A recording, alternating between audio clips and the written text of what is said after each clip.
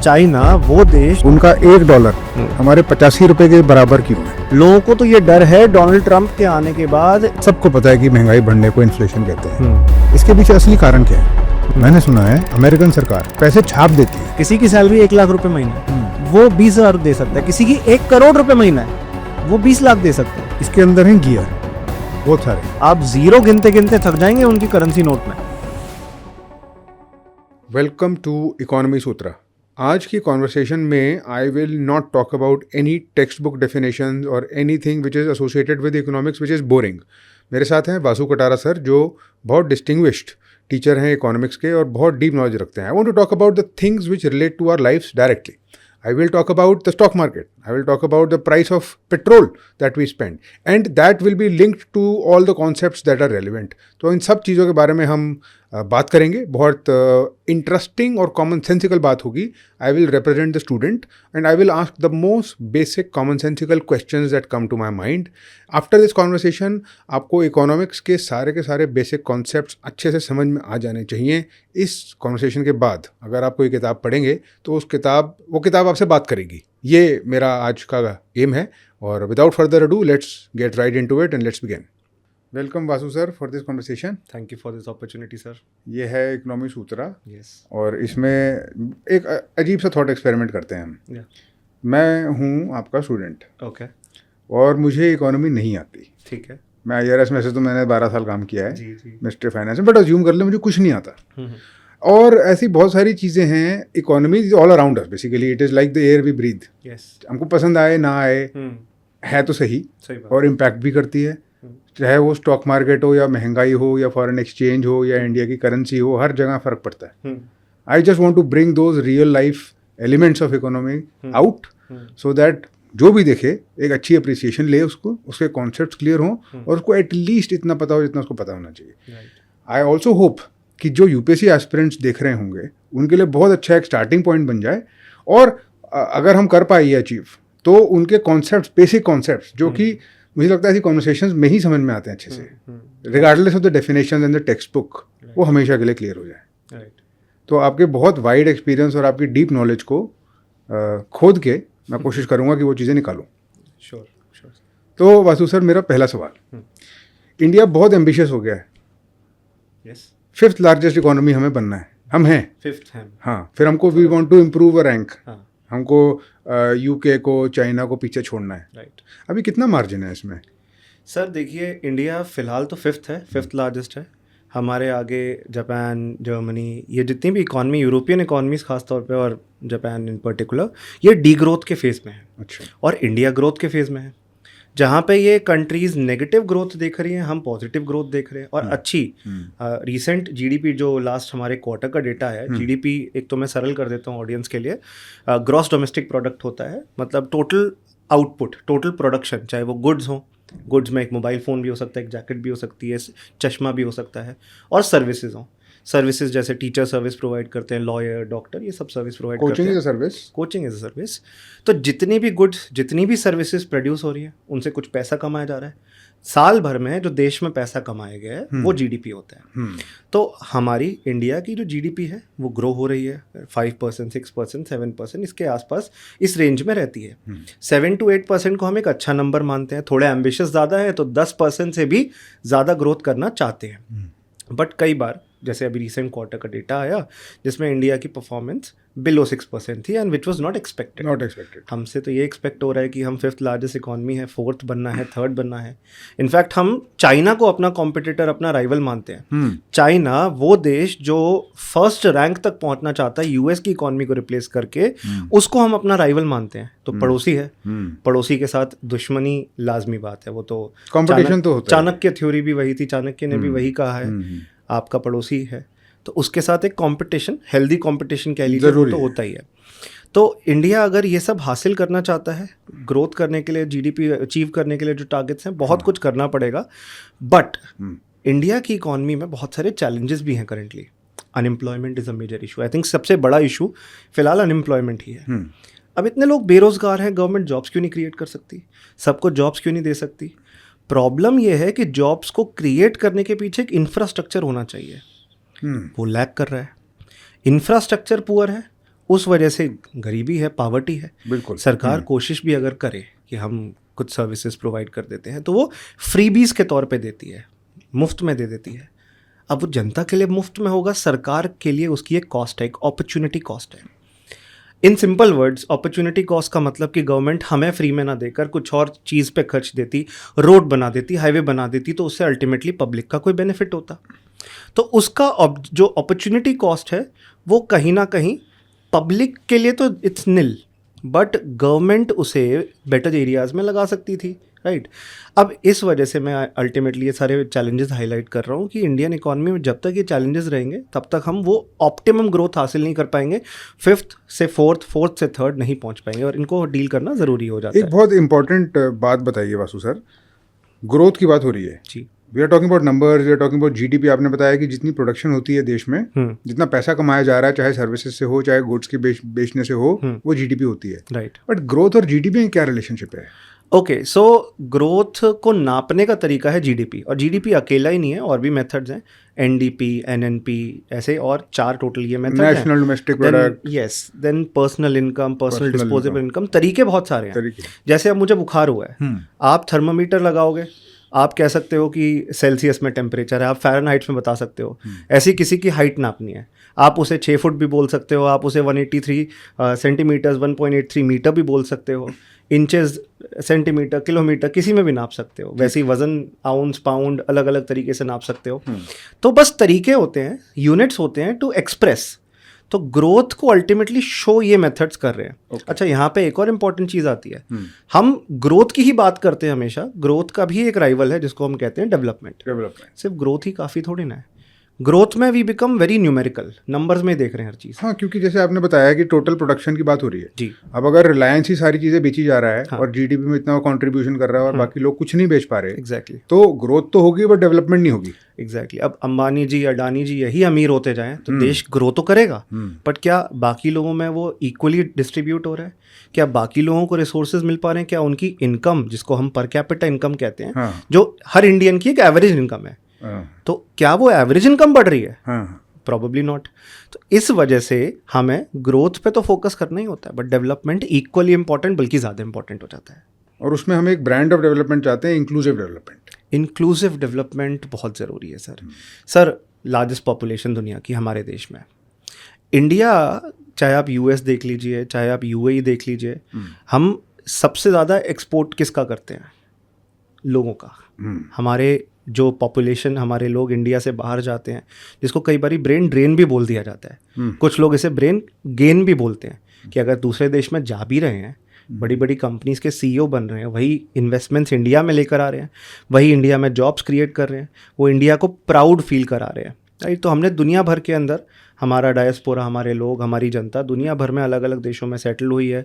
बड़ी बड़ी कंपनीज के सीईओ, बड़े बड़े कंपनीज के ऑफिशियल्स के तौर पे आप उन्हें देखते हैं। ठीक बात। तो हमने इंक्लूसिव डेवलपमेंट की बात करी, राइट, और हम वैसे लेमैन लैंग्वेज में ही समझ गए कि क्या होता है कि हर कोई भागीदार होना चाहिए उसमें। पर चाइना में ग्रोथ बहुत है, इंक्लूसिव डेवलपमेंट है क्या? क्या चाइनीज लोग पैसा कमाते हैं, अच्छी वेलबींग कर पाते हैं? यस, तो China is one of those few countries जिसने लास्ट 40 ईयर्स में अपनी पावर्टी, अपनी गरीबी ड्रास्टिकली रिड्यूस करी है। इवन दो वो डेमोक्रेटिक नहीं है, कम्युनिस्ट कंट्री है, पूरा पॉलिटिकल सेटअप उसका कम्युनिज्म के अराउंड है, 1 पार्टी रूल है, बट अपने देश के अंदर गरीबी कम करने में चाइना बहुत सक्सेसफुल रहा है। इंडिया कहीं ना कहीं उस रेस में थोड़ा पीछे रहा। हालांकि अभी नीति आयोग का डेटा आया था कुछ दिन पहले मल्टी डायमेंशनल पावर्टी के बारे में, कि 29% से 11% ही रह गई है, 29 से 11%। इतनी भारी कमी आई है मल्टी डायमेंशनल पावर्टी की। सिर्फ पैसे की कमी पावर्टी नहीं होती, it can be of multiple types. अब किसी के पास बेसिक रिसोर्सेज, पीने का पानी नहीं है, घर पे एक छत नहीं है सर के नीचे, घर नहीं है रहने के लिए, तो बेसिकली अलग अलग तरीके से हम पावर्टी को नापते हैं। इंडिया कह तो रहा है कि गरीबी कम हुई है, बट रियलिटी के अंदर हम पावर्टी को इस टाइम पे काफ़ी बड़े लेवल पे इंडिया में देख रहे हैं। वही चाइना ने जब से अपनी इकोनॉमी को लिबरलाइज किया, इन द सेंस बाकी देशों के लिए प्रोडक्शन शुरू किया, तो एम्प्लॉयमेंट बढ़ा क्योंकि चीप लेबर थी। जब एम्प्लॉयमेंट बढ़ा, वही लोग जब उनके पास पैसा आने लगा, वो एक्सपेंडिचर करने लगे, वो कंजम्पशन, वो खर्चा करने लगे, घर खरीदा, अपनी ज़रूरतें, अपनी हेल्थ केयर पे ध्यान दिया, तो उन्होंने कई सारे पैरामीटर्स पे ग्रो किया, which is very important, like education, like health. India में वो पैरामीटर ग्रो नहीं हो पाए। इस वजह से इंडिया इस रेस में थोड़ा पीछे रह गया और चाइना इस रेस में आगे निकल गया। इसलिए जो आपने पूछा कि चाइना एक्चुअली ग्रो कर पाया है, यस, पावर्टी बहुत उसने ड्रास्टिकली कम करी है, इस वजह से आज वो इस लेवल पे पहुंचा है। हाँ, और वो अगर मैं सही बोल रहा हूँ तो पावर्टी उसने कम इसलिए करी क्योंकि वो मैन्युफैक्चरिंग बहुत अच्छे से कर पाया। राइट, मैन्युफैक्चरिंग फोकस पे उसका रहा और यही प्रॉब्लम इंडिया में सुनने को मिलती है। लोग बोलते हैं मेक इन इंडिया करो, but manufacturing is hard, raw materials इतने हैं नहीं, प्रोडक्शन बहुत ज़्यादा है, लेबर लॉस कॉम्प्लिकेटेड हैं, और it is not so easy कि आप एक फैक्ट्री सेटअप करके कोई चीज़ प्रोड्यूस करनी स्टार्ट कर दो यहाँ पे। वेराज वहाँ पर वो उसने इन्हीं चीज़ों की मोनोपोली ही बना ली है दुनिया में। चाइना को फैक्ट्री ऑफ द वर्ल्ड कहते हैं कि आप आओ, हमारी चीप लेबर का इस्तेमाल करो, जो प्रोडक्शन करना है जितनी क्वांटिटी में चाहिए वो करो। अब ये जितनी क्वांटिटी में जो चाहिए, इस सोच ने इकोनॉमीज ऑफ स्केल जिसे हम कहते हैं कि जब बड़े लेवल पे प्रोडक्शन करते हो, बल्क में प्रोडक्शन करते हो, तो पर यूनिट कॉस्ट कम आती है। ठीक बात। तो इस वजह से चाइना की ग्रोथ स्टोरी आगे बढ़ी। बट चाइना अभी अगर हम देखें, अगर हम एक्चुअली देखें तो ग्रोथ तो कर चुका है, बट अब रिसेशन के थ्रेट का सामना कर रहा है। ये साफ दिखता है हमें। चाइना में कितनी सारी सिटीज़, शहर बने हैं जिनको घोस्ट सिटीज़ कहते हैं। शहर बस चुके हैं, अपार्टमेंट्स बन चुके हैं, पर कोई रहता नहीं है। बिकते हैं, लोग रहने नहीं जाते, लोग कंट्री साइड मूव कर रहे हैं। शहरों में डी ग्रोथ हो रही है, लोग शहरों से गाँव में जा रहे हैं। क्यों हो रहा है ये? What is and what is recession? Prices, inflation बढ़ा, महंगाई बढ़ी, और आम जनता की रीत से बाहर चला गया। एक रीज़न ये बनता है। दूसरी बात, चाइना ने ना बहुत ज़्यादा एक्सपेंशन पे फोकस किया। अब अगर आप इतना हाइपर एक्सपेंशन की तरफ जाओगे, आपको ये भी तो देखना है कि क्या आपकी पॉपुलेशन उसे अफोर्ड कर सकती है, क्या आपकी पॉपुलेशन उसमें रहने के लिए जो कॉस्ट जो बेयर करनी है, जो मंथली एक्सपेंसेस बेयर करनी है, उतना कमा पा रही है क्या? तो इस वजह से ओवर एक्सपेंशन के पाथ पे चाइनीज़ इकॉनमी गई। बट उन्होंने ज़्यादातर फोकस किया अपनी डोमेस्टिक इकॉनमी के बूस्ट पे नहीं, फॉरेन एक्सपोर्ट्स के ऊपर। अब जैसे इंडिया है, 140-150 करोड़ की पॉपुलेशन है हमारे देश के अंदर। हम अगर अपनी लोकल पॉपुलेशन की इनकम बढ़ाने की कोशिश करना चाहते हैं तो हमें एक्सपोर्ट्स पे फोकस करना ही होगा। साथ साथ इंडिया में इतने रिसोर्सेज बनाने होंगे कि हमें चाइना से ना खरीदना पड़े या किसी और देश से ना खरीदना पड़े। तो बेसिकली जो भी हम पैसा कमा रहे हैं वो हमारे देश में बना रहे हैं, तभी जाकर हम एक्चुअल ग्रोथ की तरफ जा पाएंगे। आत्मनिर्भर का जो आइडिया है, आत्मनिर्भर का जो आइडिया है। अब इंडिया ने मेक इन इंडिया, इसके लिए मेक इन इंडिया को पुश किया, बिल्कुल। इसके लिए PLI scheme, production linked incentive scheme आई, उसको पुश किया। बट PLI स्कीम को तो चलो थोड़ा सक्सेसफुल मानते हैं, मेक इन इंडिया स्कीम को कुछ लोग फेलियर बोल देते हैं। जो डिजायर्ड लेवल ऑफ प्रोडक्शन होना चाहिए था वो नहीं हुआ। मैं नहीं कह रहा पूरी तरह फेलियर है। एप्पल आया, इंडिया में मोबाइल फ़ोन मैन्युफैक्चरिंग शुरू करी, कई सारी ऑटोमोबाइल कंपनीज ने इंडिया में फैक्ट्री सेटअप करी, जॉब्स भी क्रिएट हुई हैं उनसे, सेमीकंडक्टर मैन्युफैक्चरिंग इंडिया में होगी। बट जिस स्केल पे होनी चाहिए थी और जितना एम्प्लॉयमेंट क्रिएट होना चाहिए था वो नहीं हो पाया। हमारा मेन टारगेट क्या है?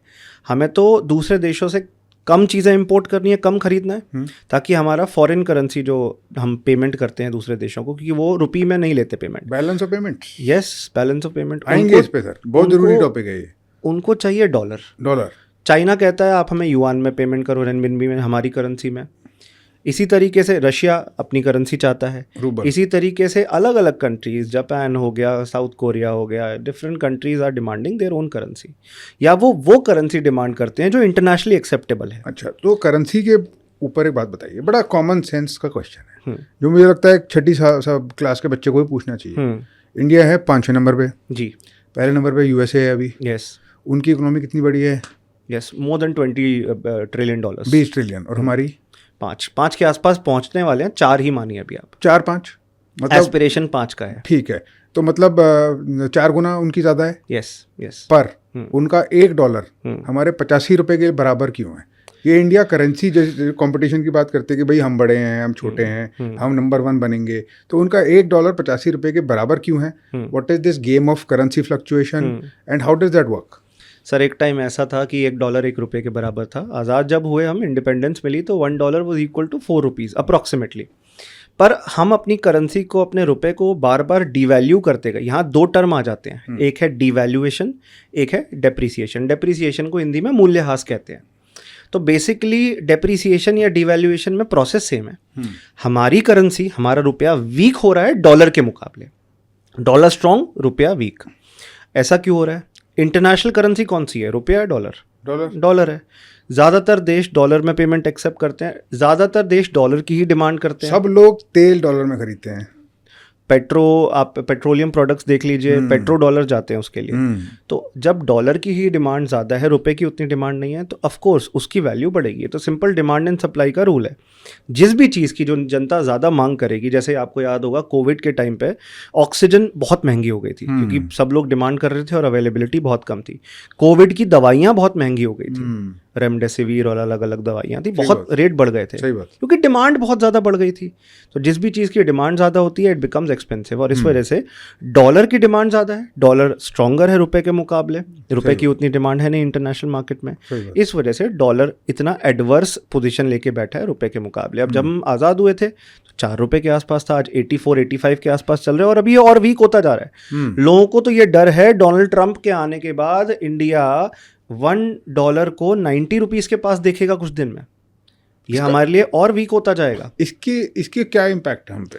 सर, एक पॉजिटिव है, एक नेगेटिव है। पॉजिटिव एक्सपोर्टर्स के लिए, एक्सपोर्टर मतलब वो लोग जो इंडिया से सामान बाहर भेजते हैं, उनको उतने ही रुपए का ज़्यादा पैसा रुपए में मिलेगा। जैसे मैं एग्जांपल देता हूँ, मैं इंडिया में एक मोबाइल मैन्युफैक्चर करता हूँ, वो मोबाइल $1000 का है। अब तक अगर 80 रुपीज़ पर डॉलर था, मैं बेचता था तो मेरे को 80,000 मिलते थे। सही बात है। अब अगर रेट 90 हो जाएगा, 90 रुपीज़ पर डॉलर, तो मुझे 90,000 मिलेंगे। तो मेरी तो कमाई हो रही है, I will be very happy as an exporter. But India की ये प्रॉब्लम है कि हम एक्सपोर्ट ड्रिवन नहीं बन पाए हैं। इनफैक्ट टॉप 10 जो हमारे ट्रेडिंग पार्टनर जिनके साथ हम व्यापार करते हैं, 10 दुनिया के देश, जिसमें आप देख लीजिए यूएस भी आता है, सऊदी अरेबिया, यूएई, ऑस्ट्रेलिया, अलग अलग कंट्रीज आते हैं। उनमें से 9 कंट्रीज के साथ हमारा बैलेंस ऑफ पेमेंट, आप कह लीजिए बैलेंस ऑफ ट्रेड जिसे हम कहते हैं, वो एडवर्स है। आसान भाषा में बताऊं तो हम उनसे ज़्यादा खरीदते हैं उन्हें बेचने के मुकाबले। सिर्फ यूएस ही है जिसको हम ज़्यादा सामान बेचते हैं खरीदने के मुकाबले। What are we doing? We are buying more from outside. China से तो इंडिया का इतना adverse balance of payment position है कि हम $100 बिलियन का सामान उनसे ज़्यादा खरीदते हैं। अच्छा। और इस वजह से इंडिया अगर देखें तो ग्लोबली अपनी करेंसी को इतना वीक देखता है। इसको उल्टा करने की, इसको चेंज करने की भी कोशिश की जा रही है। हम डॉलर के जो पूरे दुनिया में इन्फ्लुएंस है उसको कम करना चाहते हैं। सिर्फ हम ही नहीं, कई देश इसमें शामिल हैं, जिसको डी-डॉलराइजेशन बोला जाता है। डी-डॉलराइजेशन मतलब डॉलर को इंटरनेशनल मार्केट से हटाना। वो करने के लिए रुपए को इंटरनेशनलाइज होना पड़ेगा। अब किसी को हटाना चाहते हो तो उसकी जगह घेरने के लिए कोई और भी तो आएगा। रुपए को अगर हम इंटरनेशनलाइज करते हैं, जो कि बहुत डिफिकल्ट है, क्योंकि रुपया इंटरनेशनल मार्केट में सिर्फ बायलैटरल बेसिस पे यूज़ होता है। मतलब 2 देश आपस में अग्रीमेंट कर लें। हम अगर जैसे इजराइल को बोलते हैं कि आपसे हम वेपन खरीदेंगे, आप हमसे हमारा रुपया ले लीजिए, बाद में आपको कुछ हमसे खरीदना होगा तो वही रुपया दे दीजिएगा। ऐसे अगर हम कंट्रीज़ के साथ अग्रीमेंट्स करते हैं तो ये तो बायलैटरल अग्रीमेंट हुए। मल्टीलैटरली मतलब कई देशों के साथ इंटरनेशनल मार्केट में जैसे डॉलर घूमता है वैसे रुपया अभी नहीं घूमता। जब तक इंटरनेशनलाइजेशन ऑफ रुपी नहीं होता, और रुपी के बहुत स्ट्रॉन्ग कॉम्पिटिटर हैं, चाइना अपने युआन, अपने रेनमिनबी के साथ तैयार है, वो उसे इंटरनेशनलाइज करना चाहता है। सो मच सो कि IMF नाम की एक बॉडी है, इंटरनेशनल मॉनेटरी फंड, आपने सुना होगा, पाकिस्तान को कुछ दिन पहले उसने फाइनेंशियली हेल्प करी थी, मदद करी थी। जब भी कोई कंट्री किसी भी क्राइसिस से गुजरता है तो ये अपनी कुछ टर्म्स एंड कंडीशन रखते हैं और उसके साथ साथ पैसा भी देते हैं मदद करने के लिए। तो जब IMF अलग अलग कंट्रीज़ को पैसा देता है, मदद करता है, इंडिया ने भी मदद ली है 1991 में IMF से ही, तो कई सारे वो कंडीशंस भी फिक्स करता है कि आप अपनी करेंसी को खोलो, उसको लिबरलाइज करो। तब उस टाइम पे वो सिक्योरिटी के लिए एक SDR नाम का, स्पेशल ड्राइंग राइट्स कहते हैं, कुछ इंस्ट्रूमेंट यूज़ करता है। बेसिकली एक इंश्योरेंस पॉलिसी की तरह है कि आप हर साल कुछ कुछ पैसा हमारे कोटा में डालते रहो, IMF के पूल में डालते रहो। ठीक बात। आपको जब ज़रूरत पड़ेगी, जितना आपका साइज़ है इकॉनमी का, जितना आपका कोटा है, जितना % का भी है, हम उतना पैसा आपको देंगे और आपकी मदद करेंगे अगर आप हमारी कंडीशंस को मानते हो। तो IMF अपनी जो SDR की वैल्यू निकालता है, क्योंकि अब अगर वो कोई चीज़ है तो उसकी कुछ तो वैल्यू होगी, डॉलर के इक्वल होनी चाहिए, पाउंड के इक्वल होनी चाहिए, यूरो के इक्वल होनी चाहिए, किसके इक्वल होनी चाहिए। तो इसके लिए हमने बेसिक सिंपल तरीका रखा है, 5 करेंसीज ली हैं। डॉलर भी है, यूरो भी है, पाउंड भी है। अब उसमें ना रेनमिनबी जो चाइना की करेंसी है उसको 2016 में इंक्लूड कर लिया था। रुपया नहीं है, चाइनीज़ करेंसी है। देख रहे हैं आप डोमिनेंस चाइना की बढ़ती जा रही है इसमें। तो चाइना एक बहुत टफ कॉम्पिटिटर है जो अपनी करेंसी को साथ साथ प्रमोट करता है और इंटरनेशनलाइज करना चाहता है, जिसमें इंडिया अभी भी थोड़ा पीछे है। बट हमारा एस्पिरेशन है कि हमारा रुपया भी इंटरनेशनल लेवल पे यूज़ होगा। पर चलिए ये बात करके बहुत मज़ा आया, क्योंकि इंडिया चाइना करते करते हमने इकोनॉमी के कितने सारे कॉन्सेप्ट्स अनरावल कर दिए। जी जी। और मैं जब बता रहा था डिवैल्यूएशन और डेप्रिसिएशन, उसमें एक फ़र्क ये होता है कि अगर जैसे $1 80 रुपीज़ का था, हाँ। 80 से 85 हो जाए तो आप ये समझिए कि आप उतने ही डॉलर में ज़्यादा रुपया ले रहे हैं। सही बात। पहले $1 में 80 मिलता था, अब 85 ले रहे हैं। आप बाहर से $1000 का कुछ खरीद रहे हो, वो 80 रुपये के हिसाब से 80,000 का आता था, अब 85,000 का आएगा। तो एक्सपोर्टर को तो फ़ायदा हो रहा था, इम्पोर्टर को नुकसान हो रहा है। फ़र्क बस ये है, डिवैल्यूएशन सरकार करती है, गवर्नमेंट की तरफ से आरबीआई करती है, जानबूझ के अपनी करेंसी को वीक किया जाता है। अब आप सोचें कोई अपने पैर पे कुल्हाड़ी क्यों मारेगा? आरबीआई जानबूझ के ऐसा करती है कि अगर इंडियन करेंसी इंटरनेशनल मार्केट में कॉम्पिटिटिव नहीं रही, अगर उनके लिए फेवरेबल नहीं रही, तो हमसे क्यों खरीदेंगे? थाईलैंड नहीं है, मॉरिशस नहीं है, फिलीपींस नहीं है, इंडोनेशिया नहीं है, Cambodia, different countries are there, China, Taiwan, South Korea, उनसे खरीद सकते हैं। उनको बेटर क्वालिटी प्रोडक्ट मिल जाएगा वहाँ से, उनको चीपर प्राइस पे प्रोडक्ट मिल जाएगा। तो इंडिया को जानबूझ के अपनी करेंसी वीक करनी पड़ती है, जो हमने 1947 के बाद किया, कॉम्पिटिटिव रहने के लिए। हाँ, कॉम्पिटिटिव रहने के लिए बार बार हमने अपनी करेंसी डिवैल्यू करी। आज हमने अपनी करेंसी को छोड़ दिया है, खुला छोड़ दिया है, वो सिर्फ डिमांड एंड सप्लाई के बेसिस पे चलती है, और उसी वजह से बार बार करेंसी डेप्रिशिएट हो रही है। इसी चीज़ को ओपन करेंसी बोलते हैं।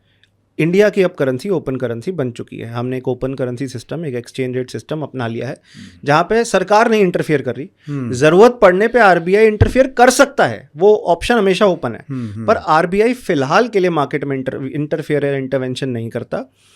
डॉलर और रुपए के डिमांड सप्लाई के हिसाब से ही आज की वैल्यू डिसाइड होती है। तो हम बहुत कई बार शॉक हो जाते हैं कि यार ऐसा क्यों है, $1 84 का है। अगर इसको $1 1 रुपये का कर दें, हमें लगता है, बहुत प्राउड फील होता है कि अगर हम ऐसा कर दें तो हमारी तो करेंसी ज़्यादा स्ट्रांग हो जाएगी। ऐसा नहीं है। आप ये देखिए, एक तरीके से हम खुद डिक्टेट कर रहे हैं अपने टर्म्स कि आपको हमसे कुछ खरीदना है, $1 लेकर आओगे, ₹1 का ही मिलेगा। अब आप कहीं सब्जी खरीदने गए, फ़र्ज़ कीजिए कहीं पे आप वेजिटेबल्स या फ्रूट्स खरीदने गए, वो कह रहा है कि प्याज तो मैं दूंगा पर ₹1000 किलो, आप खरीदेंगे? नहीं खरीदेंगे। आप कहेंगे मैं इस दुकान से नहीं खरीदूंगा, किसी और से खरीद लूँगा। इंडिया अगर खुद ऐसे रूल्स डिसाइड करेगा और बोलेगा कि $1 1 रुपये का है, packed economy will not work, nobody will internationally, they will go to our competitors. तो हम नहीं कर सकते। हमारे पास अभी एक ही रास्ता है, एक्सपोर्ट्स बढ़ाना। जब एक्सपोर्ट बढ़ाएंगे, करेंसी अगर वीक भी हो रही है तो ज़्यादा पैसा हमारे देश में आएगा, और उसके लिए मेक इन इंडिया था, जो कि उतना सक्सेसफुल नहीं हो पाया।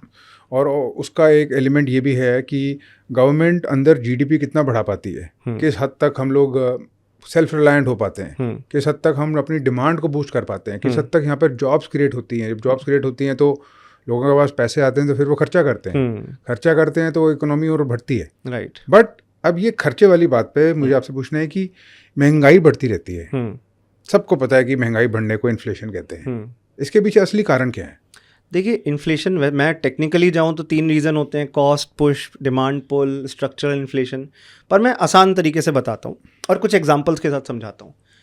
कहीं पे भी पॉपुलेशन अगर बढ़ेगी, खाने के लिए जो मुंह हैं वो बढ़ते जा रहे हैं, पर क्या उतने रिसोर्सेज हैं? प्लैनेट पे रिसोर्सेज लिमिटेड है, हमारे कंट्री में रिसोर्सेज लिमिटेड है। तो क्योंकि लिमिटेड रिसोर्सेज हैं, उनको खरीदने के लिए जो पैसा है वो हमारे पास है। अब अगर आपको भी सेम चीज़ खरीदनी है, मुझे भी सेम चीज़ खरीदनी है, आप उसके लिए 50 रुपीज़ देने तैयार है, मैं उसके लिए 100 रुपीज़ देने तैयार हूँ, तो मेरे को मिलेगी। तो जो ज़्यादा पैसा देगा वही उसको पाएगा, और इसी वजह से महंगाई बढ़ती है। जो ज़्यादा पैसा पे कर सकता है, जिसकी पेइंग कैपेसिटी है, वो उसे प्रोक्योर कर लेता है, खरीद लेता है। ठीक बात। और जिसकी नहीं है वो रह जाता है पीछे। तो महंगाई बढ़ना नेचुरल चीज़ है, पर साथ साथ लोगों की इनकम नहीं बढ़ रही, ये एक प्रॉब्लम है। गवर्नमेंट जॉब में है, डीएनएस अलाउंस मिलता है, इनकम बढ़ती जाती है।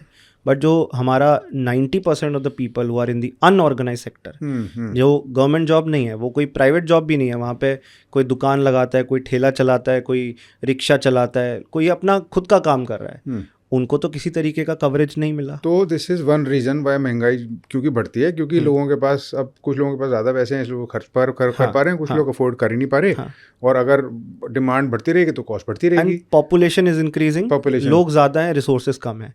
एक रीज़न ये बनता है, और भी कई सारे रीज़न होते हैं। अब एग्जाम्पल लीजिए कि कल को सऊदी अरेबिया बोल दे कि हम अपना ऑयल देंगे, पर जो अभी तक प्राइस चार्ज करते थे उसका डबल हमें मजबूरन देना पड़ेगा। किसी कंट्री से हम मेडिसिन खरीदते हैं तो वो कहेगा डबल प्राइस पे देंगे, अब हमें पे करना पड़ेगा। ऐसे ही इंडिया में गोल्ड की बहुत हैवी डिमांड रहती है। इंडिया में मैरिजेस में, वेडिंग्स में यूज़ किया जाता है। अगर उसका रेट बढ़ा, हमें मजबूरी में ख़रीदना पड़ेगा।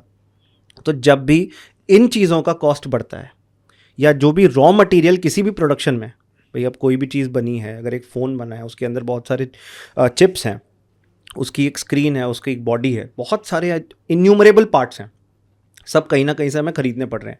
हर चीज़ तो हमारे देश में बन नहीं रही है। वो रॉ मटेरियल का अगर प्राइस बढ़ा तो अल्टीमेट प्रोडक्ट का भी प्राइस बढ़ेगा। जैसे एग्जांपल देता हूँ, तेल जब भी महंगा होता है उसका तुरंत इम्पैक्ट आता है सब्जियों पे। सब्जियां महंगी हो जाती हैं। क्यों? क्योंकि ट्रांसपोर्टेशन कॉस्ट, लॉजिस्टिक कॉस्ट बढ़ जाती है। अब आप डीजल का एक ट्रक चला के एक जगह से दूसरी जगह लेकर जा रहे हो, कॉस्ट ऑफ ट्रांसपोर्टेशन इंक्रीज हो गई है, तो सब्जियों की कॉस्ट भी बढ़ेगी। तो इसलिए महंगाई को एक लिमिट में रखना ज़रूरी है। जैसे हम भी मान के चलते हैं कि 2 से 6% हर साल अगर ग्रोथ होती है महंगाई में तो ठीक है। 6% से ज़्यादा हुई, आरबीआई एक्टिव हो जाता है। आरबीआई इनफैक्ट उससे पहले ही एक्टिव हो जाता है, बट ये टॉलरेंस लेवल है, इससे ऊपर नहीं जा सकता, और 2% से कम नहीं होनी चाहिए। कुछ लोग कहते हैं महंगाई कम होती है तो होने दो, ज़ीरो होने दो, अच्छा है। वो अच्छा नहीं है।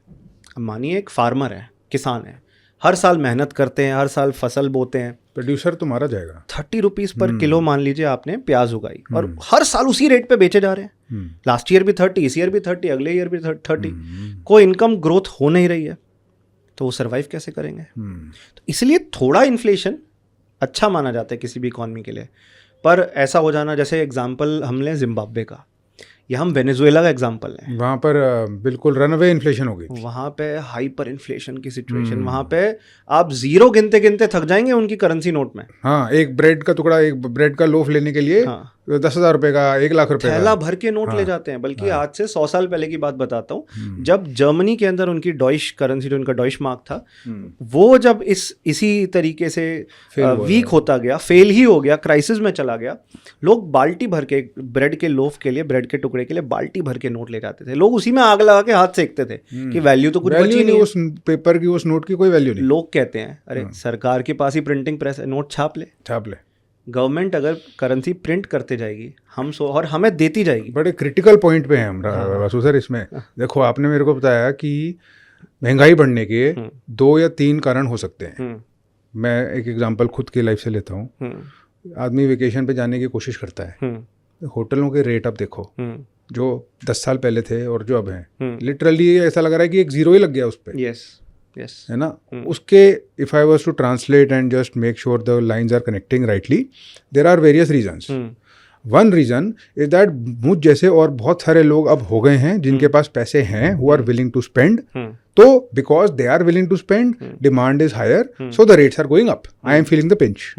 सेकेंड, होटलों में जो सर्विस एम्प्लॉयर्स होते हैं, जो रॉ मटेरियल लगता है खाना बनाने में, बेड शीट से लेकर पिल्लोज तक, स्विमिंग पूल, जो भी है, उन सब के रेट्स बढ़ गए होटल वालों के लिए, तो उन्होंने प्राइस बढ़ा दिए, तो इसलिए महंगाई बढ़ गई। और वर्कर्स भी सैलरी एक्सपेक्ट करते हैं। This is reason number 2।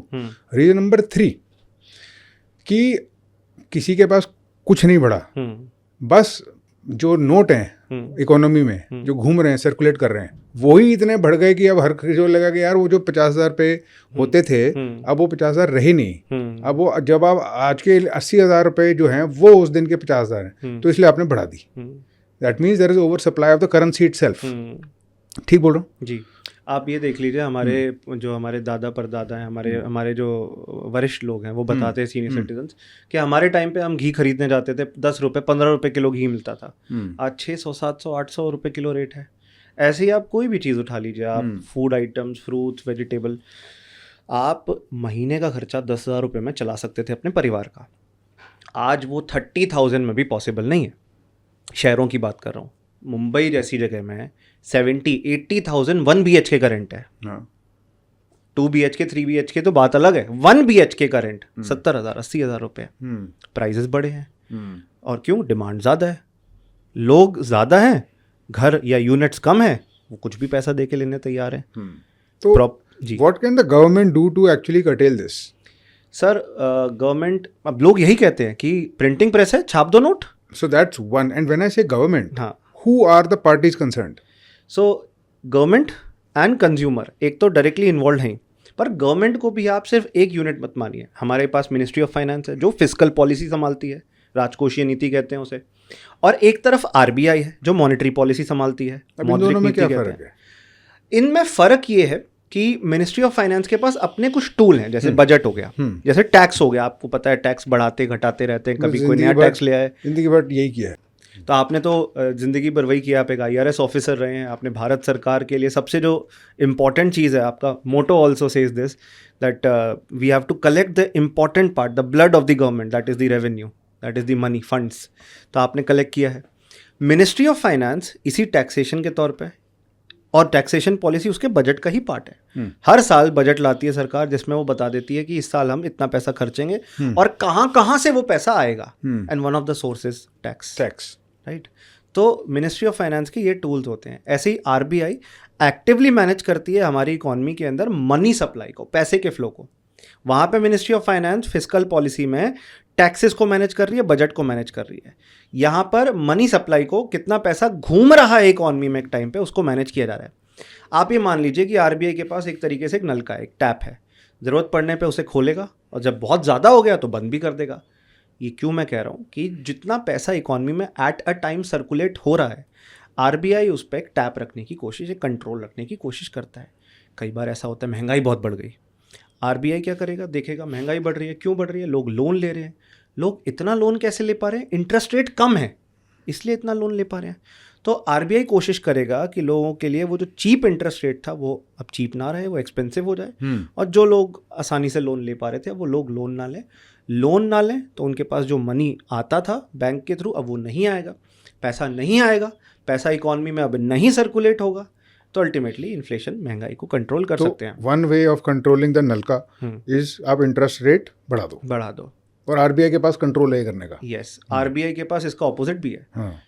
महंगाई बढ़ ही नहीं रही है। मान लीजिए जैसे जापान का भी हाल है, उनकी इकॉनमी ग्रोथ नहीं हासिल कर पा रही है, ग्रो नहीं कर रही है। अगर कोई भी इकॉनमी ग्रो ना कर रही हो, या रिसेशन के, या डिप्रेशन जो लॉन्ग टर्म रिसेशन होता है उसके फेज़ में चली जाए, तो उसको बाहर लाने के लिए आपको इकॉनमी को स्टिमुलेट करना पड़ता है। मतलब इकॉनमी में पैसे को डालना पड़ता है, मनी के फ्लो को या पैसे के प्रवाह को बढ़ाना पड़ता है। अब वो कैसे करेंगे? आप लोगों के लिए लोन सस्ते बनाइए। मैं बिज़नेस करना चाहता हूँ, मुझे लोन चाहिए, मैंने बैंक से सस्ते रेट ऑफ इंटरेस्ट पे लोन लिया, बिज़नेस स्टार्ट किया, उससे मैंने पैसा कमाया, वो अल्टीमेटली देश के ग्रोथ में कंट्रीब्यूट करेगा, वो अल्टीमेटली देश में एम्प्लॉयमेंट बढ़ाएगा, क्योंकि मैं बिजनेस कर रहा हूँ, अकेले तो नहीं कर पाऊंगा, मेरे को लोग चाहिए जो मेरे साथ काम करेंगे, जॉब्स क्रिएट करूंगा मैं, तो मेरे साथ साथ काफ़ी एम्प्लॉयमेंट भी क्रिएट होगा, और वो लोग जब पैसा कमाएंगे और वो लोग जब पैसा खर्चेंगे तो इकॉनमी तो बढ़ ही रही है। तो एक सर्कुलर फ्लो है, एक सर्कल बन जाता है, जो कि एक वर्चुअस सर्कल, एक अच्छा साइकिल है, एक अच्छा सर्कल है, जो कि कब होगा? जब ग्रोथ को आपको एनहांस करना है इंटरेस्ट रेट घटा के, और जब गवर्नमेंट इंटरवीन करती है इसमें, खुद की इन्वेस्टमेंट करती है ताकि लोगों के पास कुछ पैसे आने स्टार्ट हों। Right, this is what is Keynesian economics. Yes, और एक और बात है कि ये फिस्कल पॉलिसी का ही पार्ट था। गवर्नमेंट बजट के थ्रू ही ऐसा कर रही है। बजट को अगर मैं बेसिकली दो पार्ट्स में बांटूं, तो एक तरफ हम देख रहे हैं सरकार का खर्चा, एक्सपेंडिचर ऑफ द गवर्नमेंट, एक तरफ हम देख रहे हैं गवर्नमेंट जो पैसा रिसीव करेगी, रिसीट्स गवर्नमेंट की। अब क्या है ना, इसको सिंप्लीफाई करने के लिए हम दो पार्ट्स में बांट देते हैं। कुछ शॉर्ट टर्म के होते हैं, कुछ लॉन्ग टर्म के। जैसे कुछ खर्चे हैं जो शॉर्ट टर्म पर्पस के लिए हैं, कुछ खर्चे हैं जो लॉन्ग टर्म के लिए। ऐसी कुछ इनकम हमारे पास शॉर्ट टर्म सोर्सेज से आ रही है और कुछ लॉन्ग टर्म से आ रही है। जहाँ पे भी मैं शॉर्ट टर्म बोलूँगा, मैं वहाँ पर रेवेन्यू टर्म यूज़ करूँगा, जैसे रेवेन्यू रिसीट या रेवेन्यू एक्सपेंडिचर। शॉर्ट टर्म का expenditure, revenue expenditure. Short term की रिसीट्स, पैसा जो आ रहा है, रेवेन्यू रिसीट्स। ऐसे ही लॉन्ग टर्म के लिए कैपिटल एक्सपेंडिचर और कैपिटल रिसीट मैं यूज़ करूँगा। अब यहाँ पे चार चीज़ें हो गई। आप इसे चार चीज़ें मत समझिए, दो ही चीज़ें सोचिए, एक तो कैपिटल, एक रेवेन्यू, शॉर्ट टर्म और लॉन्ग टर्म। अब जब भी हमारे पास, जैसे फॉर एग्जांपल शॉर्ट टर्म से पैसा आ रहा है, जैसे टैक्सेस हैं, हर साल भरते हैं लोग, डायरेक्ट टैक्स, इनडायरेक्ट टैक्स, मतलब वो टैक्स जो आपको डायरेक्टली पे करना है गवर्नमेंट को। अगर मैं थोड़ा टेक्निकल बोलूँ, incidence of tax, payment and burden of tax एक सेम बंदे पे है। और अगर आसान तरीके से बताना चाहूँ कि मैंने अगर पिछले साल कुछ पैसा कमाया तो मुझे ही भारत सरकार को पैसा देना है, मैं ही जमा कराऊंगा। It is tax on your income. Yes, वो आपका डायरेक्ट टैक्स में आता है, डायरेक्टली आपको ही देना है। दूसरे टाइप का है इनडायरेक्ट टैक्स, जिसमें जीएसटी आता है। और GST basically goods and service tax है। आप कोई भी गुड्स, अब कुछ भी आप खरीद रहे हो, आप एक मोबाइल फ़ोन खरीद रहे हो, आप एक टीवी खरीद रहे हो, कोई भी सर्विस ले रहे हो, आप इंश्योरेंस खरीद रहे हो, एक सर्विस हुई वो, तो उसके आप इंजॉयमेंट कर पा रहे हो। अब गवर्नमेंट को उस पर आप टैक्स दोगे तो वो गुड्स एंड सर्विस टैक्स के दायरे में आता है, जीएसटी के दायरे में आता है, जो कि हम लास्ट फ्यू मंथ्स में देख रहे हैं, मंथ ऑन मंथ बढ़ता जा रहा है। रिकॉर्ड टूट रहे हैं, रिकॉर्ड तोड़ कमाई हो रही है सरकार की जीएसटी से, जो ज़्यादा पुराना नहीं है, 2016-17 का है, बट एक रिकॉर्ड तोड़ रेवेन्यू सरकार के लिए क्रिएट किया है इसने।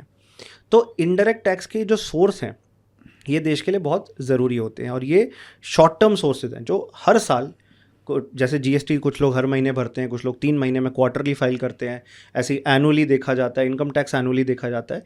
ये सब शॉर्ट टर्म सोर्सेज आते हैं गवर्नमेंट के। गवर्नमेंट इनके अलावा भी कई तरीके से पैसा कमाती है। सरकारी कंपनियां हैं, गेल, भेल, सेल, PSUs हैं, पब्लिक सेक्टर अंडरटेकिंग, वो प्रॉफिट कमाती हैं, उनका शेयर होल्डर सरकार है, और शेयर होल्डर मतलब मालिक सरकार है, मालिक को तो प्रॉफिट का हिस्सा मिलेगा ना, तो भारत सरकार को हिस्सा मिलता है। ऐसे ही जो पेनल्टीज़, हम हेलमेट नहीं पहनते, कहीं पे मास्क पहनना है, मास्क नहीं पहनते, उस पर पेनल्टी लगती है, कोर्ट की फ़ीस, एग्ज़ाम की फ़ीस, अलग अलग टाइप के जो हमारे एक्सपेंडिचर होते हैं। तो ये जितने भी टैक्सेस हैं, डायरेक्ट टैक्स, इनडायरेक्ट टैक्स, ये short term sources of funding है गवर्नमेंट के, इससे पैसा कमा रही है सरकार, जो रेवेन्यू रिसीट का पार्ट हमें देखने मिलते हैं। और फिर पैसा कमाने के बाद हाँ, उनको खर्चा जाता है, खर्चा होता है बजट में। हाँ, वो एलोकेट करते हैं, डिफेंस में क्या जाएगा, एजुकेशन में क्या जाएगा, हेल्थ में क्या जाएगा। जो सैलरीज है, पेंशन है, वो revenue expenditure, short term expenditure है, हर साल जाता है, हर महीने पेमेंट जाती है। और जो रोड्स बना रही है सरकार, हाईवे बना रही है, स्कूल बना रही है, स्टैचूज बना रही है, ये सब कैपिटल एक्सपेंडिचर माना जाता है, जिसमें आपको एक बार इन्वेस्टमेंट कर देनी है, उसके बाद आप उसे रिपेयर मेंटेनेंस के लिए ही सिर्फ यूज़ करेंगे और कुछ नहीं है। तो कैपिटल एक्सपेंडिचर किसी भी देश के लिए ज़रूरी है, मतलब इंफ्रास्ट्रक्चर क्रिएट करना किसी भी देश के लिए ज़रूरी है। आप अगर एक बार किसी की मदद करोगे, वो आप पे डिपेंडेंट हो जाएगा। आप अगर उसको एक रिसोर्स बना के, एक इंफ्रास्ट्रक्चर बना के दे दोगे, तो वो खुद की मदद कर लेगा। और वही हम चाहते हैं, कैपिटल एक्सपेंडिचर पे पैसा खर्च के, बजट के थ्रू ज़्यादा से ज़्यादा कैपिटल एसेट या सरकार की जो संपत्ति है वो क्रिएट करके, ताकि पब्लिक में उसको हम डिस्ट्रीब्यूट कर सके और पब्लिक उसका बेनिफिट ले सके। अब स्कूल्स बनते हैं, सरकारी स्कूल हो गए, सरकारी कॉलेजेस हो गए, हॉस्पिटल हो गए, तो आम जनता को जो अफोर्ड नहीं कर सकती उनको ही तो बेनिफिट पहुँचता है। रेलवे नेटवर्क सुधरा, फास्ट ट्रेन्स, हम तो बुलेट ट्रेन भी लेकर आना चाह रहे हैं, हमने तेजस भी शुरू करी है, तो इसका पब्लिक को ही वेलफेयर होगा, जनता की ही भलाई होगी। तो ये सब कैपिटल एक्सपेंडिचर के दायरे में आता है, और इस तरीके से हमारे कई सारे खर्चे होते हैं। तो अगर एक सिंपल तरीके से, अगेन 6ठी क्लास के बच्चे का सवाल है, सरकार के पास कुछ पैसे आए टैक्स से, चाहे हम उसको रेवेन्यू बोलें या कैपिटल, जो भी पैसे आए और कुछ उसने खर्चा कर दिए। अब ये खर्चा कैसे कर रही है वो? अगर मुझे ये पता है कि जितना आ नहीं रहा है उससे ज़्यादा वो खर्च कर रही है, और मुझे ये भी पता है कि फिस्कल डेफिसिट नाम की कोई चीज़ होती है, तो ये क्या चक्कर है? और सरकार जैसी चीज़ ये डेट में क्यों है? मतलब ये तो फिर कर्जा हो गया ना, और वो कर्जा किससे ले रही है? राइट। और कैसे उसको वो सॉल्व कर सकती है? तो देखिए, डेट किसी भी कंट्री के लिए इम्पॉर्टेंट है। अगर मैं ये कह दूं कि कर्जा लिए बिना काम चल सकता है, वो सच नहीं है। हर कंट्री को लेना पड़ता है। आप हैरान हो जाएंगे, जो डेवलप कंट्रीज़ हैं, वेस्टर्न कंट्रीज़ हैं, 100% से ज़्यादा, अपनी GDP साइज के 100% से भी ज़्यादा वो डेट में है। अच्छा, मतलब अपनी गर्दन से भी ऊपर का कर्ज लेकर बैठे हैं, मतलब डबल। यूके का हाल देखिए, 130%, 120% डेट है कई कंट्रीज़ का। तो कई कंट्रीज़ तो चाइना के भरोसे बैठे हैं। चाइना कर्ज देता था, वो लेते गए, और आज वो एक डेट ट्रैप में फंस गए हैं कि इंटरेस्ट पे करने के लिए भी उधार लेना पड़ेगा। वो एक ऐसे ट्रैप में फंस चुके हैं। वो पाकिस्तान के साथ हमारा पड़ोसी बेस्ट एग्जाम्पल, एक और पड़ोसी श्रीलंका, और बाकी पड़ोसी भी उसी राह पे, नेपाल हो गया, बांग्लादेश हो गया, वो उसी राह पे जा रहे हैं, अगर वो अपने फाइनेंसेस को नहीं सुधारेंगे तो ओवरऑल प्रॉब्लम बहुत बड़ी है। कोई भी कंट्री अगर डेट लेकर फंस जाता है, रीपे नहीं कर पाता, तो वो उस देश की सोवरेनिटी को, उसके खुद के फैसले लेने की शक्ति को इम्पैक्ट करता है। लकीली इंडिया का अगर आप देखेंगे डेट, हमारी GDP का लगभग 83% है, और हमारा इंटेंशन उसे कम करने का है। हम अभी फ़िलहाल जैसे 83-84% हमारा जो डेट का रेशो है, उसे 60% से भी कम लाना चाहते हैं। ये मैं नहीं कह रहा हूँ। तो एक बात बताइए, डेट में और फिस्कल डेफिसिट में क्या फ़र्क है? फिस्कल डेफिसिट को डेट को एक्सप्रेस करने का तरीका है फिस्कल डेफिसिट। अच्छा। फिस्कल डेफिसिट मतलब कि बजट को पूरा करने के लिए जो खर्चा करना था उसको पूरा करने के लिए जो हमें उधार लेना पड़ रहा है। तो basically it is another way to express what exactly we are borrowing from other countries and internally. Debt का मतलब ये नहीं कि सिर्फ दूसरे देशों से उधार ले रहे हो, अपने देश में भी आप उधार ले सकते हो जनता से और दूसरे देशों से भी उधार ले सकते हो। लकीली हमारा जो इंटरनल डेट है वो जो एक्सटर्नल डेट के मुकाबले ज़्यादा है, मतलब हमने अपने देश से ज़्यादा बोरो किया है दूसरे देशों के मुकाबले। अच्छा। और हम इतने कंफर्टेबल हैं हमारे कैसे पास। कैसे कैसे बोरो कर सकती है सरकार खुद ही से?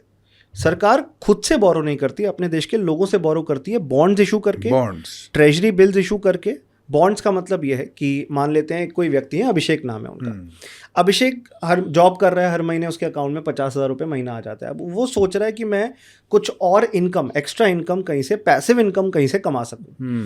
तो वो अपनी सैलरी का कुछ परसेंट, कुछ पैसा, मान लीजिए 10,000 रुपये सरकार के बॉन्ड्स में इन्वेस्ट कर रहा है। मतलब वो सरकार को उधार दे रहा है।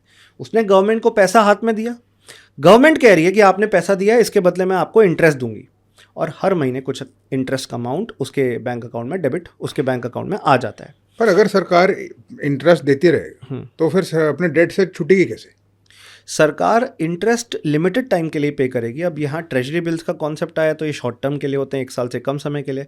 ऐसे ही बॉन्ड्स का मतलब है कि एक रिटन कॉन्ट्रैक्ट है, मैंने आपसे उधार लिया, वो उस बॉन्ड के अंदर लिखा होगा कि किसने किससे उधार लिया है। वहाँ गवर्नमेंट ऑफ इंडिया कह रही है मैंने इस पार्टी से इतना उधार लिया है, मैं इतने टाइम के बाद इतने इंटरेस्ट पे वो पैसा वापस कर दूंगी। तो एक रिटर्न कॉन्ट्रैक्ट है। तो बॉन्ड जब हम यूज़ करते हैं वर्ड, तो ये लॉन्ग टर्म बोरोइंग को शो करने के लिए करते हैं। तो बॉन्ड जनता से जब सरकार उधार ले रही है तब इशू करती है। जनता के पास एक फिक्स्ड इनकम सोर्स बन गया कि हमारे को इंटरेस्ट मिलता रहेगा। गवर्नमेंट उसी को यूज़ करके इंफ्रास्ट्रक्चर के लिए रोड्स, हाईवे, स्कूल, हॉस्पिटल, इन सब पे लगाती है। तो ठीक बात है। तो एक तो तरीका हुआ कि आप बॉन्ड इशू कर दो, हाँ, लोगों से ही मांग लो पैसे और उनको इंटरेस्ट दे दो, तो आपके पैसे इकट्ठे हो जाएंगे। और क्या तरीके हैं गवर्नमेंट के पास पैसे इकट्ठे करने के लिए? गवर्नमेंट टैक्सेस से कमाती है। बोरोइंग्स मतलब मेजर अगर आप देखेंगे, नहीं, जैसे टैक्सेस तो एलिमिनेट हो गए क्योंकि आप खत्म कर चुके हैं, आप टैक्सेस से आपका काम बना नहीं। टैक्सेस एक लिमिट तक ही बढ़ सकते हैं। हाँ, मतलब नहीं, सो इन द सिचुएशन दैट आपके पास एक्स नंबर ऑफ अमाउंट आया, टैक्सेस वगैरह आए और आपको चाहिए थे उससे बहुत ज़्यादा, अब आपके टैक्सेस कंज्यूम हो गए, अब आप गैप भरने की कोशिश कर रहे हो। तो एक तरीका तो हो गया कि बॉन्ड्स। और क्या तरीके हैं? बॉन्ड्स आप इंडिया में इशू करते हो। आजकल तो हमारे पास रुपी डिनोमिनेटेड बॉन्ड्स भी हैं।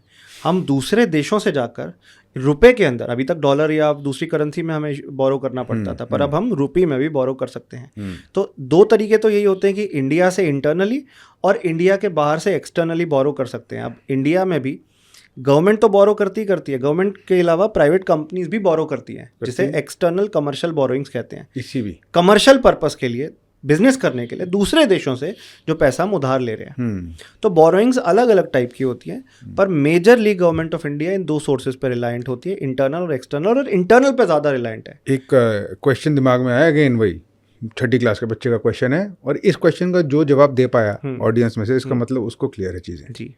अब हमको कुछ पैसे रेज करने हैं गवर्नमेंट के पास, जितना खर्चा करना है उतना टैक्स नहीं है, टैक्स जितना भी था खर्च हो गया, और अब वो कोशिश कर रही है कि भाई किसी तरीके से पैसे रेज करे जाएं ताकि खर्चा हो पाए। और इस प्रोसेस में मैंने सुना है अमेरिकन सरकार पैसे छाप देती है। ऐसा होता है कि खुद ही के पैसे छाप दिया आपने? सिर्फ अमेरिका ही नहीं, कई देशों ने ऐसा किया है, और कई तो इतना बुरा फंस गए हैं। जैसे हम वेनेजुएला, जिम्बाब्वे का नाम लिए थे, वैसे इसको टेक्निकली तो डेफिसिट फाइनेंसिंग कहते हैं। डेफिसिट मतलब घाटा। टैक्सेस आपने का एग्जॉस्ट कर लिया, अब कहाँ से पैसे लाएं भैया? पैसे ही छाप दो, पैसे छाप दो। डेफिसिट फाइनेंसिंग कहते हैं। पर इसमें प्रॉब्लम ही हो रही है, सरकार तो पैसे छाप रही है, छाप के क्या करेगी? गोदाम में तो नहीं भर के रखेगी, जनता में डिस्ट्रीब्यूट करेगी।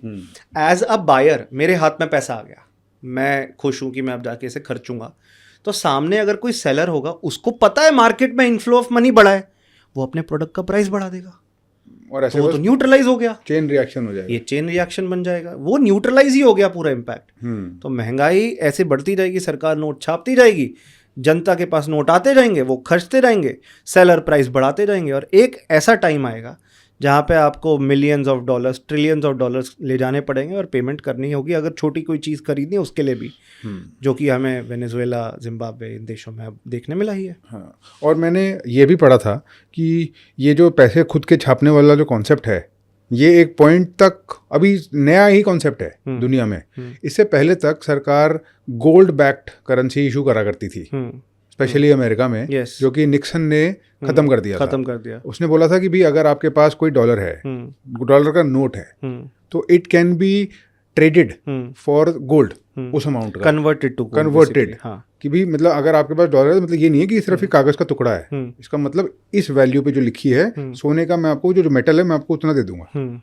फिर एक दिन उसने बोला कि अब ऐसा कुछ नहीं है, अब सोना अलग है और ये बस पेपर है, बस इसकी वैल्यू है जो कि एब्स्ट्रैक्ट सी वैल्यू है। सर ये प्रॉब्लम आती है जब भी कोई आप फाइनाइट रिसोर्स का इस्तेमाल कर रहे हो। अब गोल्ड फाइनाइट है, फाइनाइट मतलब लिमिटेड क्वांटिटी है दुनिया में।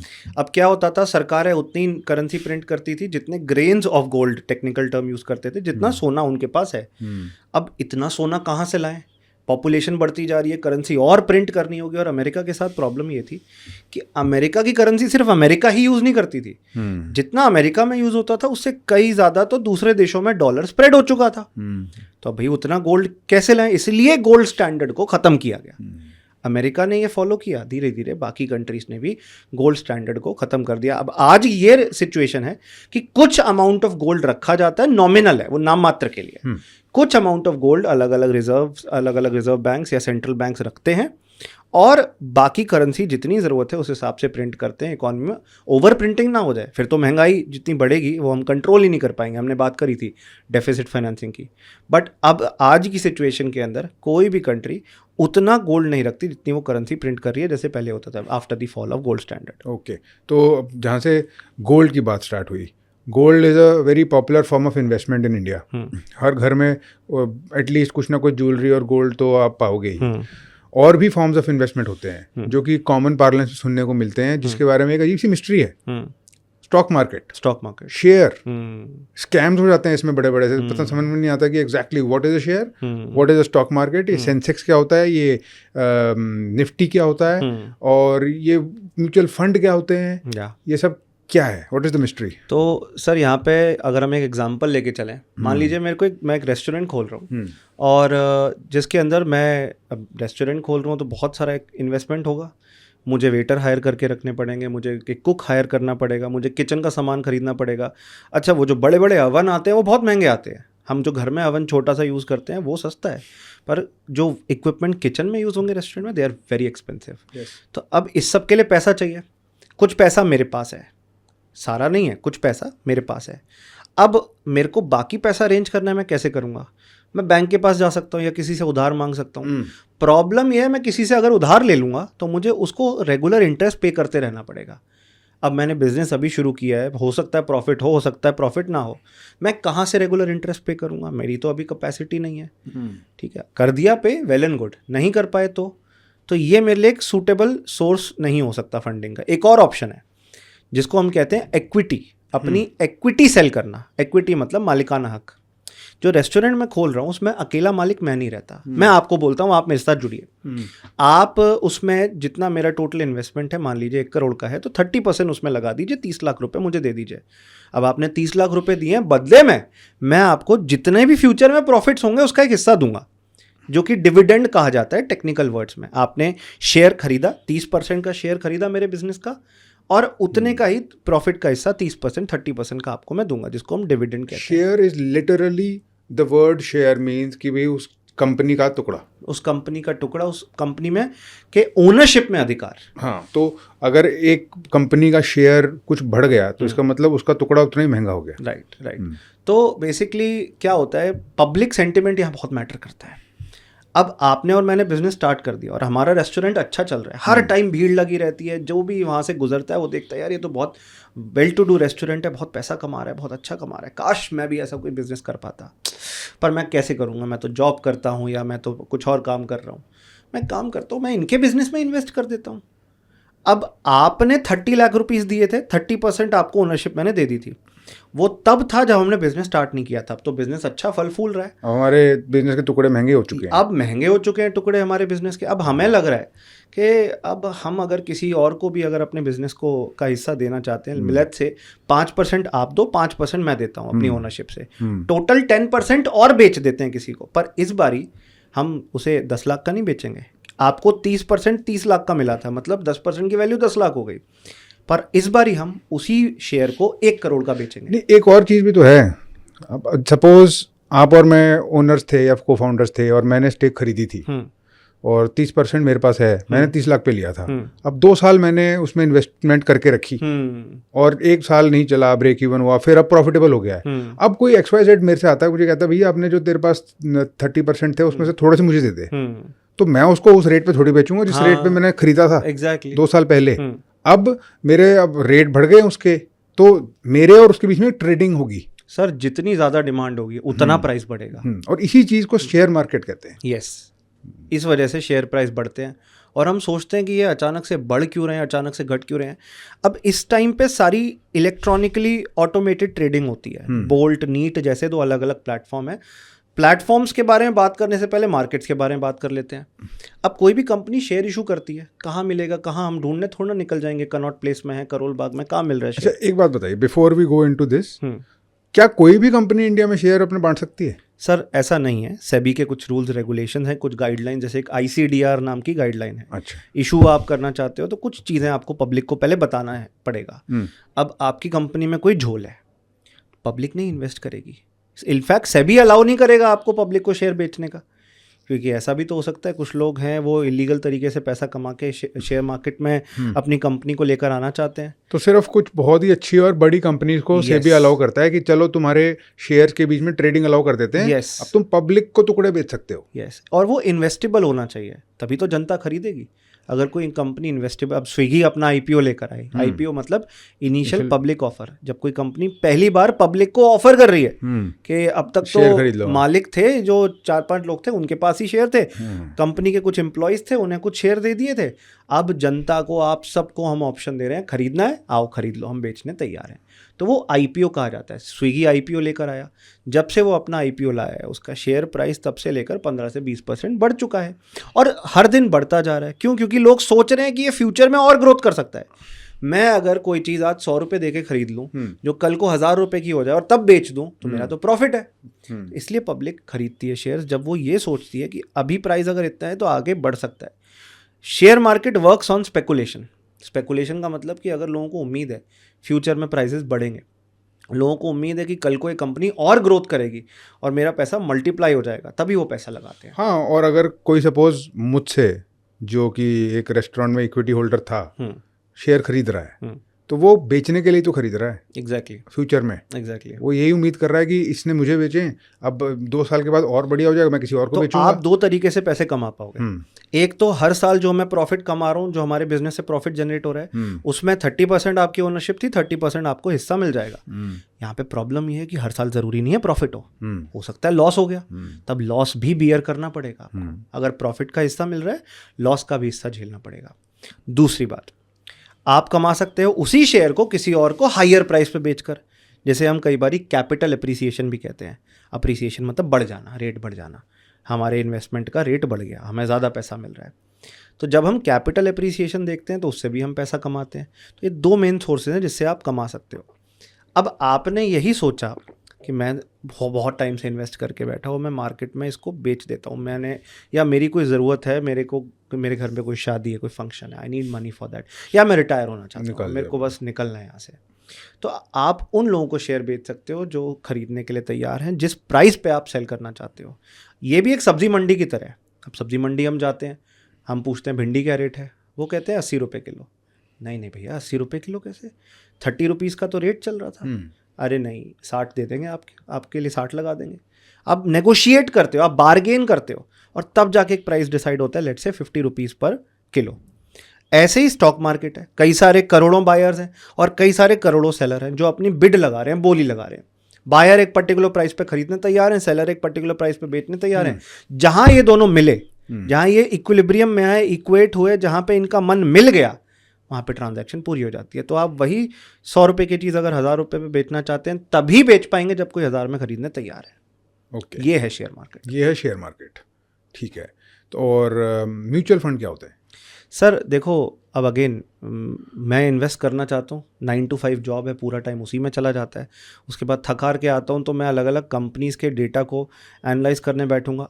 वो तब है जब मुझे फाइनेंस का F भी नहीं पता, तो मैं नहीं कर पाऊँगा। क्यों ना ऐसा हो कि मेरे बिहाफ पे कोई प्रोफेशनल जिसने फाइनेंस में ही अपनी एजुकेशन ली है, MBA किया है, CFA किया है, कोई ऐसा व्यक्ति है जिसको अच्छी खासी नॉलेज, जिसका काम ही ये है राइट कि अलग अलग शेयर्स, अलग अलग इन्वेस्टमेंट्स में पैसा लगाना, क्यों ना मैं उनको पैसा दे दूँ। पर वो इकलौते मेरे से पैसा लेगा तो मुझसे चार्ज भी बहुत ज़्यादा करेगा। उसके पास स्पेशलाइज नॉलेज है, मेरे पास नहीं है, चार्ज तो करना बनता है। तो एक काम करता हूँ, मैं अकेला नहीं, हम जैसे हज़ारों, हम जैसे लाखों करोड़ों लोग मिलकर उसे पैसा देते हैं, वो हमारा पैसा संभालेगा। वो जो पर्सन है वो म्यूचुअल फंड के लिए काम करेगा, हमारा एक फंड बनेगा जो हम म्यूचुअली इकट्ठा कर रहे हैं, और सब एक जैसा नहीं देंगे। मेरी सैलरी 10,000 रुपये महीना है, मैं 2,000 रुपये सेव करता हूँ, मैं 2,000 दे सकता हूँ। किसी की सैलरी 1 लाख रुपये महीना है, वो 20,000 दे सकता है। किसी की 1 करोड़ रुपये महीना है, वो 20 लाख दे सकता है। किसी की 10 करोड़ है। सबकी जितनी पॉकेट अलाउ करे वो अपने हिसाब से पैसा डालते हैं। उनको बेसिकली कहते हैं ना, कहावत है शेयर ऑफ द पाई, मतलब आप एक केक काट रहे हो, ठीक बात। किसी को बहुत बड़ा टुकड़ा दिया, किसी को इतना सा ही टुकड़ा दिया, राइट, तो जितना पैसा डालोगे उस हिसाब से आपका शेयर, आपको शेयर मिलेगा, डिसाइड होता है। इनको यूनिट्स कहा जाता है। और जब आप खरीद रहे हो, क्योंकि जैसे शेयर की वैल्यू होती है वैसे ही यूनिट्स की भी वैल्यू होती है, उसके लिए एक टेक्निकल टर्म यूज करते हैं, NAV। तो ओवरऑल अगर हम देखें, नेट एसेट वैल्यू, हाँ, म्यूचुअल फंड एक ऐसा कॉन्सेप्ट है जहाँ पे हर इंसान, आम इंसान, हर व्यक्ति अपना पैसा इन्वेस्ट कर सकता है। म्यूचुअल फंड के अंदर कुछ यूनिट्स खरीद सकता है, ज़रूरी नहीं है कि, जैसे एक और चीज़ होती है PMS, portfolio management service. 50 lakh रुपए मिनिमम चाहिए, तभी आप पोर्टफोलियो अपना मैनेज करवा सकते हो किसी प्रोफेशनल से। 50 लाख नहीं है, 5,000 है। म्यूचुअल फंड अलाउ करेगा मेरे को, PMS अलाउ नहीं करेगा। PMS आप मान लीजिए अमीरों के लिए जो म्यूचुअल फंड्स होते हैं वो है, जहाँ पे मिनिमम थ्रेशोल्ड ही 50 लाख का है। और म्यूचुअल फंड आम जनता के लिए कि आप सब थोड़ा थोड़ा हिस्सा दीजिए। जैसे हमारे देश में एक सिस्टम चलता है, कमेटी सिस्टम कहते हैं, बड़ा पॉपुलर है, नॉर्थ इंडिया में स्पेशली बहुत पॉपुलर है। उसमें हर इंसान थोड़ा थोड़ा पैसा जोड़ता है, कमेटी, एक किटी बनती है, किटी भी कहते हैं उसे, और उसके हिसाब से जिसको पैसे की ज़रूरत है उसको दे दिया जाता है, वो इंटरेस्ट देता है। वो इंटरेस्ट का हिस्सा बाकी सारे यूनिट होल्डर जितने भी हिस्सेदार हैं उनमें बढ़ जाता है, तो सब थोड़ा थोड़ा पैसा कमा पाते हैं। मैंने अगर 10 लाख रुपए दिया है किटी में, तो 8% इंटरेस्ट मिलेगा, तो मेरे को रेगुलरली उस पर इंटरेस्ट मिलता रहेगा। ऐसे ही म्यूचुअल फंड्स हैं जहाँ पे हम थोड़ा थोड़ा पैसा दे रहे हैं, वो मार्केट में इन्वेस्ट हो रहा है, वहाँ से ग्रोथ आ रही है, और ग्रोथ के बाद हमने मान लो 10,000 रुपये दिया था, उसकी आज वैल्यू 12,000 हो गई है, क्योंकि शेयर्स में लगाया था पैसा, गोल्ड में लगाया था पैसा, उसका रेट बढ़ गया। तो हमारे पास ये ऑप्शन है कि हम उसे बेच सकते हैं, और वो जो इंक्रीज़ हो चुका है प्राइस वो कमा सकते हैं, 2,000 का प्रॉफिट कमा सकते हैं। तो हर व्यक्ति, हर आम आदमी इस तरीके से इन्वेस्टमेंट कर सकता है और अपने पैसे को ग्रो होते हुए देख सकता है। तो एक क्वेश्चन, मेरा लास्ट क्वेश्चन ही है सर, जो इस पूरी की पूरी कॉन्वर्सेशन को ऐसे जैसे गांठ बनती है ना, गांठ बंध के कंप्लीट कर देगा। The price of oil, diesel, petrol, हर आदमी को ज़रूरत पड़ती है ना, इट मैटर्स। अगर नहीं ज़रूरत पड़ती तो कभी ना कभी ऊबर या ओला तो कोई करता ही है। यस। अब ये जो प्राइस है ये बढ़ जाता है, ये कम हो जाता है। मुझे लगता है या मैंने सुना है कि ये price is dependent on some international crude price type thing which you will explain to me what it means. I want to understand how that works, why it increases, why it decreases, and how that ties up with that first conversation we had about balance of payments and foreign exchange, etc. And that I think will close the circle of the conversation. तो oil पहली बात हर देश के पास नहीं है, कुछ limited countries के पास ही है। और ऑयल के प्राइसेस आइडेंटिफाई करने के लिए, ऑयल के वॉल्यूम कितने क्वांटिटी में बिकेगा, और ऐसे अलग अलग चीज़ों को आइडेंटिफाई करने के लिए आप अलग अलग मेथड यूज़ करते हैं, जैसे ब्रेंट क्रूड प्राइस, जैसे वेस्ट टेक्सास इंटरमीडिएट, ये प्राइसेस को निकालने के मेथडोलॉजीज़ हैं। अब क्योंकि और प्राइस भी कैसे डिसाइड होता है, सल्फ़र कंटेंट कितना है, कितना स्वीट है ऑयल, इस पर भी मैटर करता है, प्योरिटी पे मैटर करता है ऑयल की। क्रूड ऑयल है, कच्चा तेल है, क्या उसमें और भी डेरिवेटिव निकाल सकते हो आप, पेट्रोल निकाल सकते हो, डीजल निकाल सकते हो, क्या स्लज बचेगा, मतलब जो रेस्ट जो रह जाएगा क्रूड ऑयल कच्चे तेल में वो बचेगा नहीं बचेगा, बहुत सारी चीज़ों पे मैटर करता है। हम यहाँ ये देखेंगे कि प्राइस बढ़ते घटते रहते हैं, वहाँ पे भी डिमांड एंड सप्लाई अप्लाई होती है। बट इज इट करेक्ट कि इंडिया ज़्यादातर अपना तेल इम्पोर्ट ही करता है? इंडिया को इंपोर्ट करना पड़ता है, हमारी मजबूरी है, क्योंकि हमारा प्रोडक्शन उतना नहीं है। ऑल्दो कृष्ण गोदावरी बेसिन हो गया, बॉम्बे हाई हो गया, हम वहाँ एक्सप्लोर करते हैं, बट जितनी इंडिया की डिमांड, लार्जेस्ट पॉपुलेशन है, डिमांड ज़्यादा है। रिन्यूएबल एनर्जी पे तो अब पुश आया ना, सोलर पे तो अब पुश आया ना, अब तक तो पेट्रोल डीजल को ही यूज़ करते थे हम। तो उसके लिए क्रूड खरीदना पड़ता है, क्रूड खरीदना पड़ता है और जो वो प्राइस डिक्टेट करते हैं उस प्राइस पे खरीदना पड़ता है। और कई बार ऐसा होता है, और डॉलर में खरीदना पड़ता है, और डॉलर में खरीदना पड़ता है। कई बार ऐसा होता है कि वो प्राइजेस उन कंट्रीज के द्वारा बढ़ा दिए जाते हैं क्योंकि वो किसी वॉर में लिप्त हैं, किसी वॉर में फंस चुके हैं, या जैसे हमने कुवैत वॉर के दौरान देखा था, हमने ऑयल शॉक्स के दौरान अभी भी बहुत बड़ा कंसर्न चल अभी रहा भी है। देखिए Israel Palestine, Israel Iran war की वजह से और अलग अलग मिडिल ईस्ट इश्यूज की वजह से प्राइस बहुत फ्लक्चुएट होते हैं। तो ये फ्लक्चुएशन जब हमारे लिए एडवर्स हो जाता है, हमारे लिए प्राइस बढ़ जाता है, तब हमें नुकसान देता है क्योंकि हम हर चीज़ में ऑयल का इस्तेमाल कर रहे हैं, हर चीज़ में पेट्रोल और पेट्रोलियम डेरिवेटिव्स का यूज़ हो रहा है। इसीलिए हम कंट्रोल तो कर नहीं सकते, इसलिए हम सोलर एनर्जी या रिन्यूएबल एनर्जी की तरफ जाना चाहते हैं। इनफैक्ट हम चाहते हैं कि out of the total energy mix, जितना हम एनर्जी क्रिएट यूज़ करते हैं, सोलर, न्यूक्लियर, विंड एनर्जी, कोयला जला के, पेट्रोल, डीजल, उसमें 50% से ज़्यादा रिन्यूएबल एनर्जी हो। जिस दिन ये सपना साकार हुआ, हमारी डिपेंडेंसी कम होगी और धीरे धीरे कम होती जाएगी। तो हमारा लॉन्ग टर्म विजन ही है कि डिपेंडेंसी उन पर कम करो, क्योंकि हमारे पास तेल नहीं है।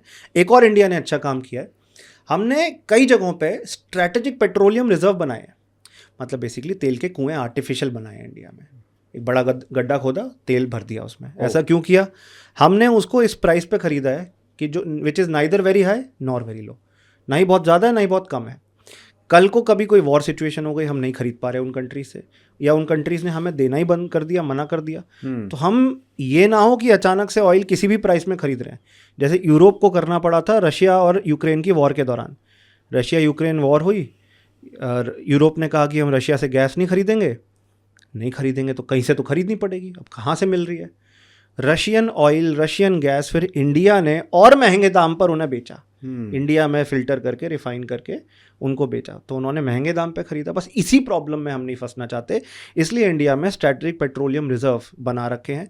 पाडूर के अंदर, मंगलोर के अंदर हो गया, चंडीखोल के अंदर हो गया। मतलब हम अलग अलग स्टेट्स में ऐसे रिजर्व्स क्रिएट कर रहे हैं ताकि फ्यूचर ऑयल रिक्वायरमेंट, जो अचानक से हमारे देश में कभी भी ऑयल शॉक आ सकता है, दूसरे देश से खरीद नहीं पा रहे या रेट बढ़ गया, तो यहाँ से रिजर्व में पड़े ऑयल को यूज़ करेंगे अपनी ज़रूरतों को पूरी करने के लिए।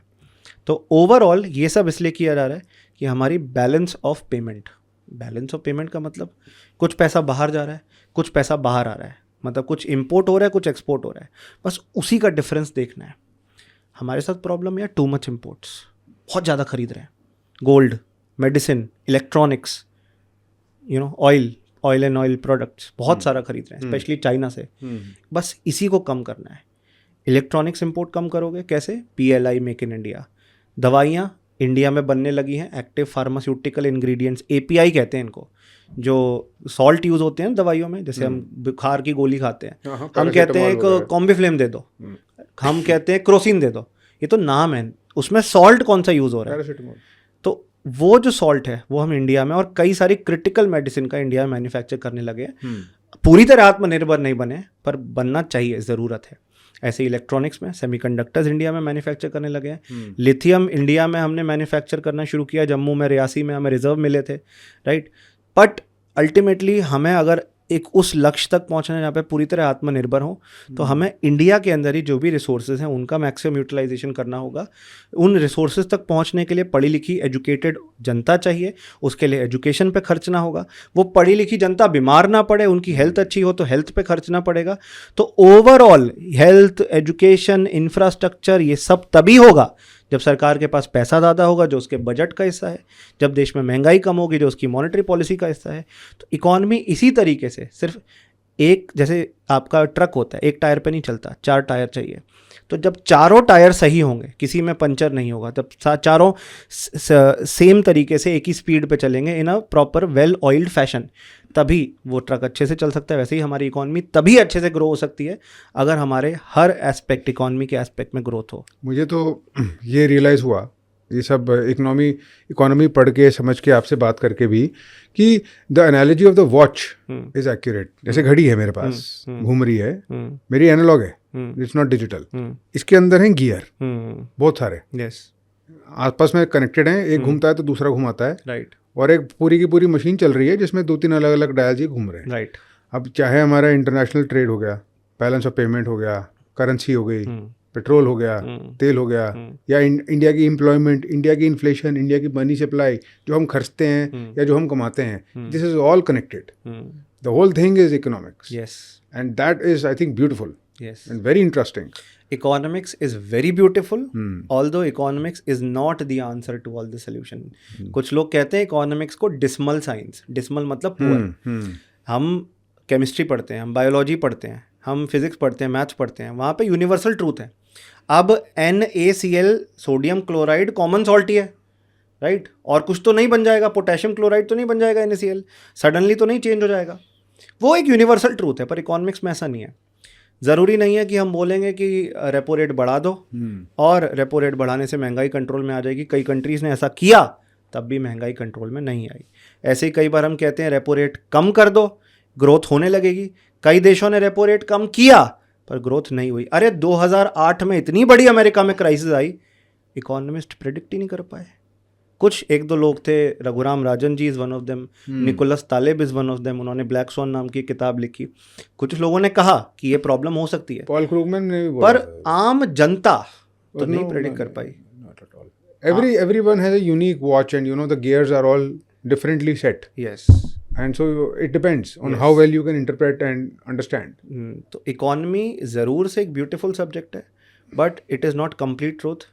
वो डिपेंड करता है कि कैसे आप उसे इंटरप्रेट करते हो. हाँ. वो डिपेंड करता है कि कैसे आप आप इकोनॉमी के कॉन्सेप्ट्स को समझते हो. And I also feel that sodium chloride is absolutely correct. It is based on universal principles, but it does not relate directly to our lives. मतलब ठीक है, नमक तो सभी खाते हैं, बट इकोनॉमी ऐसी एक चीज़ है जिसकी अंडरस्टैंडिंग 19-20 कर सकती है आपके उसमें लाइफ में.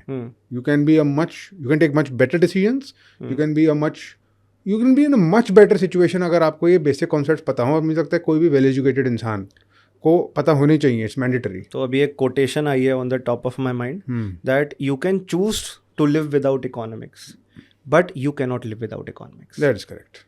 Simple. With that, we should conclude. Yes, sir. And a great conversation. Thank you, sir. Thank you very much. बहुत मज़ा आया, बहुत चीज़ें समझ में आई. और अगर हमारा ऑडियंस बोलेगा तो और भी we'll do perhaps a series on these. Absolutely. And I'm very appreciative of your knowledge and of your skill of delivering these difficult concepts in a very simple way. Thank you, sir. Thank you.